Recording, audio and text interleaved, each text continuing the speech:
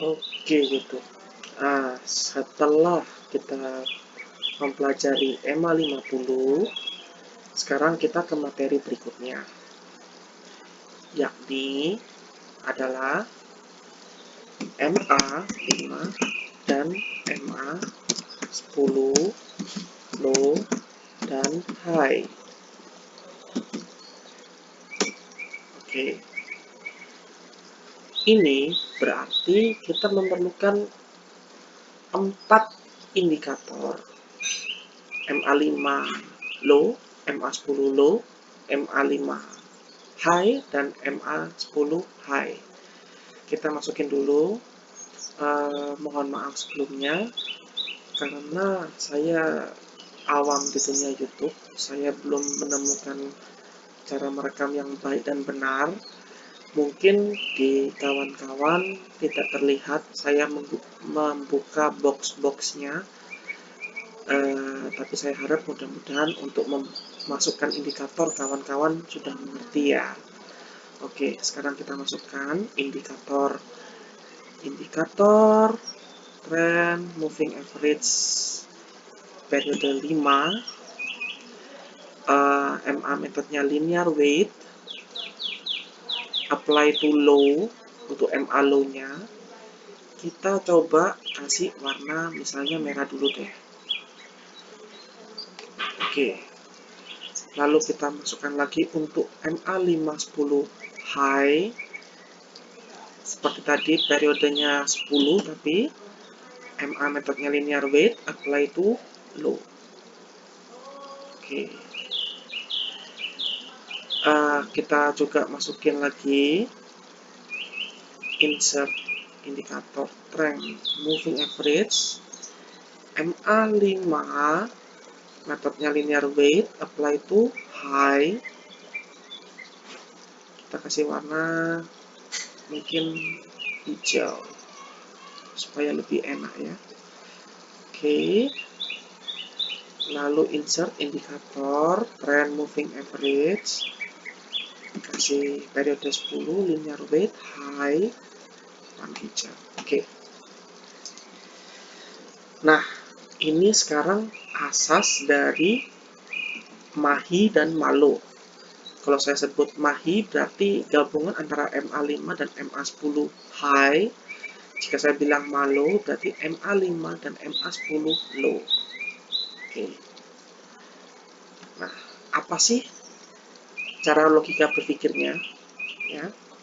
Jadi di MALO itu kita anggap sebagai support, dan MA510 high MAHI kita sebut sebagai resisten. Dinamis, semuanya dinamis karena bisa bergerak-gerak ya. Nah, kerangka berpikirnya bagaimana? Harga akan selalu berada dalam antara MAHI dan MALO. Ketika dia di MALO, di daerah support, dia akan mantul ke atas.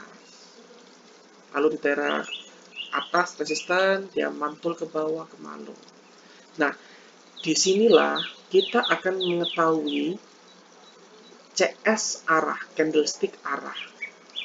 Dengan kerangka berpikir adalah gini. Ketika ada candle melewati resisten, close di atas resisten, di atas MAHI, ini disebut CS arah buy. Apa itu CS arah buy? Artinya, karena logikanya dia berhasil menembus resisten, maka dia akan membawa arah ke atas, uptrend. Seperti itu. Dia close di atas. CS arah buy, turun ke bawah, tidak mampu breakout MALO, close di atas lagi. Oh, berarti kita udah tahu dalam pikiran kita, oke, trennya masih naik karena dia membuat arah buy baru. Arah buy baru. Seperti itu. Ketika dia turun ke supportnya, terbang lagi ke atas. Oh, masih kuat nih. Ini harga akan naik terus. Seperti itu. Namun, harga kan tidak akan selalu naik-naik atau turun-turun terus. Ketika dia mulai tidak bisa keluar dari mahi, dia mencoba untuk turun lagi, tidak mampu tembus, keluar lagi ke atas, tidak mampu tembus, dia akan bermain kembali di dalam mahi dan malo. Begitu mulai ada keluar close-nya ini, oke, arah sudah mulai menunjukkan CS arah turun. Dia naik ke atas ke resisten, mencoba dobrak ke atas tidak mampu, dobrak ke bawah tidak mampu, namun ternyata dia ke atas membuat arah buy. Dari sini kita bisa berpikir, oke, arah akan naik lagi. Seperti itu. Jadi logika berpikirnya adalah mahi dan malo ini sebagai area support dan resisten. Harga akan selalu bermain-main di tengah-tengah mahi dan malo. Begitu ada candle yang close di luar mahi dan malo, disebut CS arah, menunjukkan arah akan kemana. Seperti itu. Ya, ini dia close di atas mahi, arah kecenderungan akan naik. Biasanya ketika di mahi, di sini kita akan melakukan re-entry buy.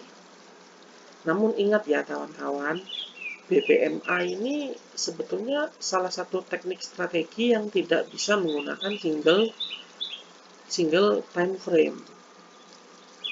Nanti dia akan menggunakan multiple atau multi time frame dalam melakukan entry-nya. Nah, daripada nanti kawan-kawan bingung, saya jelaskan dulu satu persatu. Arah buy, re-entry. Tidak mampu tembus, dia menjadi re-entry.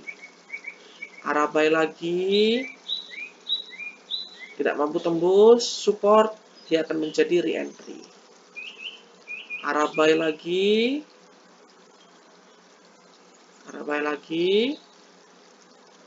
ya kan? Dia tidak mampu tembus arah buy terus kan?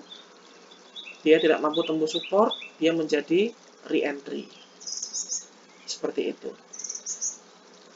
Jika tanpa mahi dan malo, kawan-kawan mungkin akan bingung. Ini nanti arah kemana ya? Nah, disinilah kita mengetahui pentingnya CS arah. Itulah kegunaan dari mahi dan malo selain support dan resisten. Ketika harga sudah mulai tidak mampu melepasi setelah terjadinya CS arah buy, lalu re-entry, dan tidak mampu melepasi, nah biasanya itu tanda-tanda volume mulai hilang. Ditambah ketika dia mulai ada CS arah sell, lalu tidak mampu membreak out resisten, ini menjadi re-entry sell. Lalu terdapat CS arah sell, tidak mampu membreakout resisten, ini disebut re-entry. Jadi ini adalah kerangka logis berpikirnya mahi malo, dan kita dari mahi dan malo ini bisa mengetahui adanya candle arah. Nah, demikian materi kali ini. Jika kawan-kawan merasa terbantu, tolong like dan subscribe. Kita kembali ke materi berikutnya. Sampai jumpa dan selamat trading.